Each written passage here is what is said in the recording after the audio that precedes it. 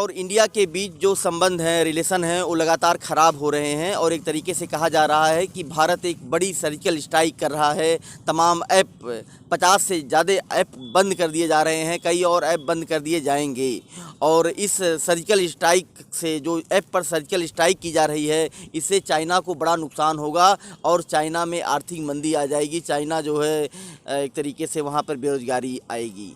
लेकिन इसकी हकीकत क्या है, इसे आप समझ लीजिए। जो ये पूरा मुद्दा है, चाइना के ख़िलाफ़ लोगों का गुस्सा है, हमारे जो जवान शहीद हुए हैं, 20 से अधिक जवान शहीद हुए हैं, उनको लेकर के लोगों में जो रोष है, उसको लेकर के जो एक सरकार कह रही है कि हम ऐप बंद कर देंगे और इससे लोगों को एक बड़ा राष्ट्रभक्ति अंदर पैदा होगी और राष्ट्रभक्ति का संदेश जाएगा। ये पूरा ड्रामा समझने के लिए हमारे साथ कुछ साथी भी हैं, उनसे भी हम बातचीत करेंगे। और सबसे पहले हम आपको ये बता दें कि ये जो ऐप 50 से 60 ऐप बंद किए जा रहे हैं, ये अब ऐप जो है हमारे देश में आए क्यों? सबसे बड़ा सवाल यह पैदा होता है क्योंकि हमारे देश में जो टेक्नोलॉजी है, मोबाइल टेक्नोलॉजी है, कंप्यूटर टेक्नोलॉजी है, ये पूरी तरीके से अमेरिका, इंग्लैंड और चाइना, इन 3 देशों पर ज़्यादातर निर्भर है। जापान से भी कुछ टेक्नोलॉजी का हम जो है निर्यात करते हैं, मतलब इंपोर्ट करते हैं, आयात करते हैं। अब सवाल ये है कि अमेरिका जिस टेक्नोलॉजी को भारत को बेचता है वह बहुत महंगा है। जैसे आईफोन है, ये आईफोन आजकल 50-60 हज़ार 70 हज़ार का मिलता है।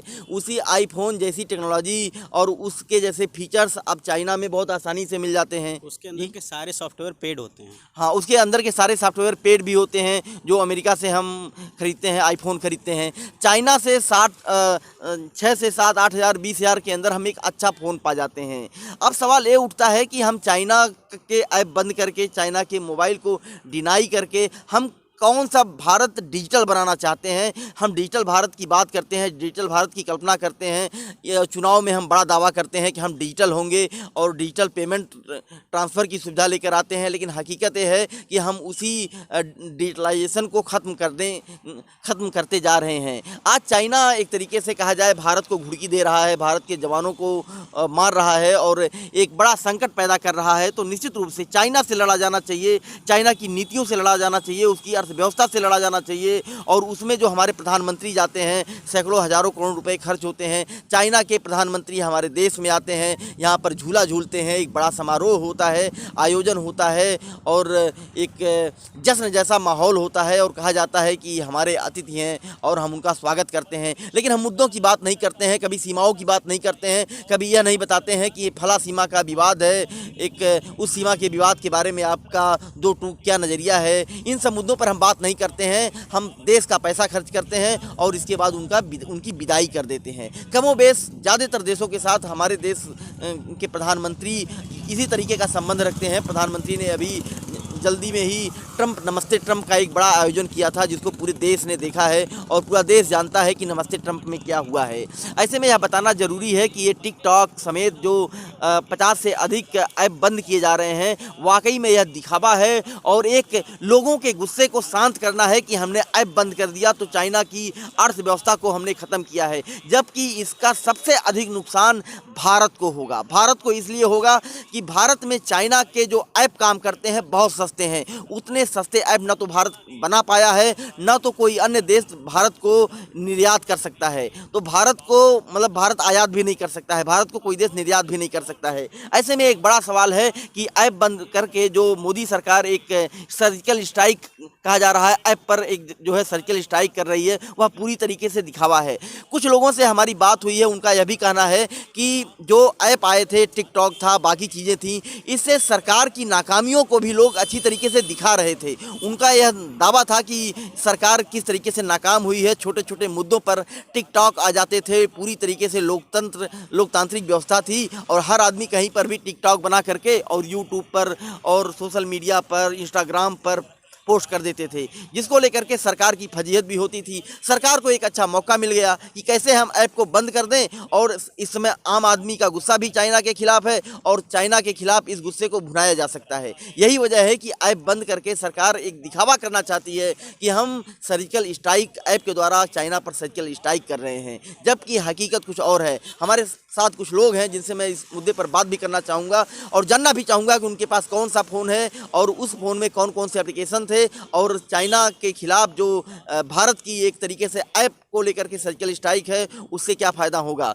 आपका क्या नाम है? शिव कुमार यादव। शिव कुमार जी, आपके पास कौन सा फ़ोन है? मेरे पास तो सैमसंग है। अच्छा, तो उसमें चाइना के तमाम ऐप इंस्टॉल आपने किए होंगे। जी जी बिल्कुल। अच्छा, तो अब वो ऐप काम नहीं करेंगे, आपको उससे क्या फ़र्क पड़ेगा? चाइना पर क्या पड़ेगा और आपके ऊपर क्या पड़ेगा? देखिए, चाइना के ऊपर फ़र्क पड़े ना पड़े, लेकिन हिंदुस्तान की आम जनता पे ज़रूर फ़र्क पड़ेगा। जो आपने अभी थोड़ी देर पहले बताया ना, अभिव्यक्ति की आज़ादी ये छीनी जा रही है चाइना के ऐप को बंद करने के नाम पे कि उनको हम आर्थिक नुकसान पहुंचाएंगे। आप आर्थिक नुकसान क्या पहुंचाएंगे? जितने ऐप डाउनलोड थे, ऑलरेडी डाउनलोड थे। जिन्होंने अपने चाइनीज़ मोबाइल ख़रीद लिए हैं, वो चाइनीज़ मोबाइल तोड़ के तो फेंकेंगे नहीं, वो यूज़ करेंगे। और यूज़ क्या नहीं होगा? चाइनीज़ ऐप नहीं यूज़ होगा। उसके बाद क्या होगा? यूरोप कंट्रीज़ के जो ऐप हैं, जैसे ब्लैकबेरी के ऐप्स हैं और आईफोन के ऐप्स हैं, ये पेड ऐप हैं। आम पब्लिक इसको अफोर्ड नहीं कर पाएगी, वो ख़रीद नहीं पाएगी। तो शायद जो पब्लिक से संपर्क है, जो एक न्यूज़ का कनेक्शन होता है कि अपना जो उनकी अभिव्यक्ति है, जो समाज में घटित हो रहा है, जो सरकार की गलत नीतियां हैं, जो समाज में गंदगी है, उसको लोगों तक पहुंचाया जो जाता था, उसको इस आर्थिक नुकसान पहुंचाने के नाम पे चाइना को रोक दिया जाएगा। और एक तरह से आपको आपसे जो सूचना का आदान प्रदान है वो छीन लिया जाएगा। आप फिर से पंगु बन जाएंगे। और मेन स्ट्रीम की मीडिया तो वैसे भी नहीं दिखा रही है। जी। तो देखिए, निश्चित रूप से शिव कुमार का कहना है कि यह एक अभिव्यक्ति की आज़ादी को छीनने जैसा है और इससे चाइना पर कोई बहुत बड़ा असर नहीं पड़ेगा। और दूसरी एक बड़ी बात यह है कि जो चाइना को लेकर के कहा जा रहा है कि इसके द्वारा चाइना की कमर टूट जाएगी, हकीकत यह है कि तमाम कंपनियों में जो निवेश है वो भारतीय है, डायरेक्टर भारतीय हैं। स्टार्टअप के रूप में जो हमारे देश में प्रधानमंत्री नरेंद्र मोदी ने स्टार्टअप के रूप में तमाम पैसे लोन दिए थे, उस स्टार्टअप से तमाम कारोबार शुरू हुआ है। उसमें ऐप का भी कारोबार है। आप जा करके सर्च करके देख सकते हैं कि कितने पैसे ऐप के कारोबार में स्टार्टअप के रूप में लोगों ने लगाए हैं। अगर वो स्टार्टअप बंद होगा तो निश्चित रूप से भारत को भी एक बड़ी चपत लगने वाली है। क्या नाम है आपका? अनिल यादव। अनिल जी, ये बताइए कि अगर मान लीजिए कि ऐप जो बंद हो किया जा रहा है, चाइना के ऐप भारत में बंद होंगे, तो इसका आप पर क्या असर पड़ेगा, आपके ऊपर क्या पड़ेगा? मेरे ऊपर क्या असर पड़ेगा? क्योंकि सभी जितने भी ऐप हैं, मतलब वो नॉर्मली, मतलब हम लोग के पे सबसे ज़्यादा दिक्कत आएगी। मतलब जो आम जनता है, जितने भी आम जनता है, अगर जो पेड ऐप है, ऐसे ही इसमें फ्री होता है, और जितने भी पेड ऐप हम लोग के ऊपर, तो हम ही लोग के ऊपर दिक्कत आएगी। ये सब अमीर आदमी तो मतलब अमीर आदमी के ऊपर कोई दिक्कत नहीं आएगी। जो भी दिक्कत आएगी आम जनता के ऊपर आएगी। आम जनता के ऊपर आएगी। मतलब अमीर आदमी जो है महंगे मोबाइल, महंगे एप्लीकेशंस, अमेरिका वाला एप्लीकेशन खरीद लेगा। मगर गरीब आदमी क्या करेगा? गरीब आदमी क्या करेगा? उसके पास नॉर्मल पैसे ही होते हैं। अगर 6-7 हज़ार हुए तो नॉर्मल फ़ोन ही ले लिया, बहुत बड़ी बात है। तो वो ऐप कहाँ से पेड कर पाएगा? अच्छा, वो नहीं कर पाएगा। तो देखिए, इनका भी कहना है कि कहीं न कहीं से एक बड़ी स्ट्राइक, आर्थिक जो एक आज़ादी थी लोगों में, कम पैसे में हम अच्छा मोबाइल खरीद लेते थे 7,000 से लेकर के 20,000 में, वो आज़ादी अब छिनने वाली है। कहा जा रहा है वीगो को बंद किया जाएगा और तमाम जो कंपनियां हैं छोटी मोटी इंडिया में काम करती हैं, चाइना की हैं, उनको बंद किया जाएगा। एक बड़ा और अहम सवाल है कि अगर चाइना के ऊपर हम आज चाइना से हमारे संबंध खराब हुए हैं, हम चाइना के सामानों का बहिष्कार करेंगे, चाइना के ऐप का बहिष्कार करेंगे, कल हमारे संबंध रसिया से ख़राब हो जाएंगे, कल हमारे संबंध जापान से ख़राब हो जाएंगे। तो क्या हम जो जापान से, रसिया से जो युद्ध के सामान खरीदते हैं, मिसाइलें खरीदते हैं, राइफल्स खरीदते हैं और तमाम ऐसे सामान खरीदते हैं, हमारा देश जो है तमाम सैन्य जो आयुध के सामान होते हैं वो भी अन्य देशों से, रसिया से खरीदता रहा है, क्या उन सामानों को भी हम वापस कर देंगे या उन सामानों को भी हम उठाकर फेंक देंगे, उन सामानों को हम वापस कर देंगे?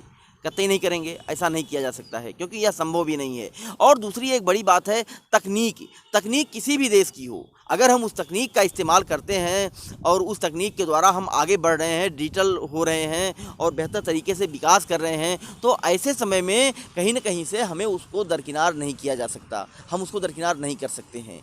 ये एक बड़ा अहम सवाल है। हालांकि काफ़ी लोगों की समझ इसके बारे में बनती हुई दिखाई दे रही है। लोग अब समझ पा रहे हैं कि अगर इस तरीके से स्ट्राइक होगा ऐप को लेकर के, चाइना के ऐप सारे बंद किए जाएंगे तो उसका आम आदमी पर ही ज़्यादा असर पड़ेगा, ख़ास आदमी पर नहीं पड़ेगा। क्योंकि ख़ास आदमी के ऊपर वो अपना फ़ोन अपग्रेड कर लेगा, आईफोन ले लेगा, या ये भी कहा जा सकता है कि वह महंगे एप्लीकेशन खरीद लेगा। लेकिन आम आदमी ऐसा नहीं कर सकता है। 7,000 का 8,000 का जो फ़ोन खरीद लेता है वह कभी भी 70-80 हज़ार का फ़ोन नहीं खरीद पाएगा। ये सबसे अहम सवाल है और हम आपको यह बताने की भी कोशिश करेंगे कि चाइना के खिलाफ ये भारत की या हमारे प्रधानमंत्री की ऐप को लेकर के सर्जिकल स्ट्राइक नहीं है, बल्कि सोशल आज़ादी को लेकर के सर्जिकल स्ट्राइक है और इसको समझा जाना चाहिए। कैमरामैन नदीम के साथ फर्क इंडिया के लिए अखिलेश कृष्ण मोहन।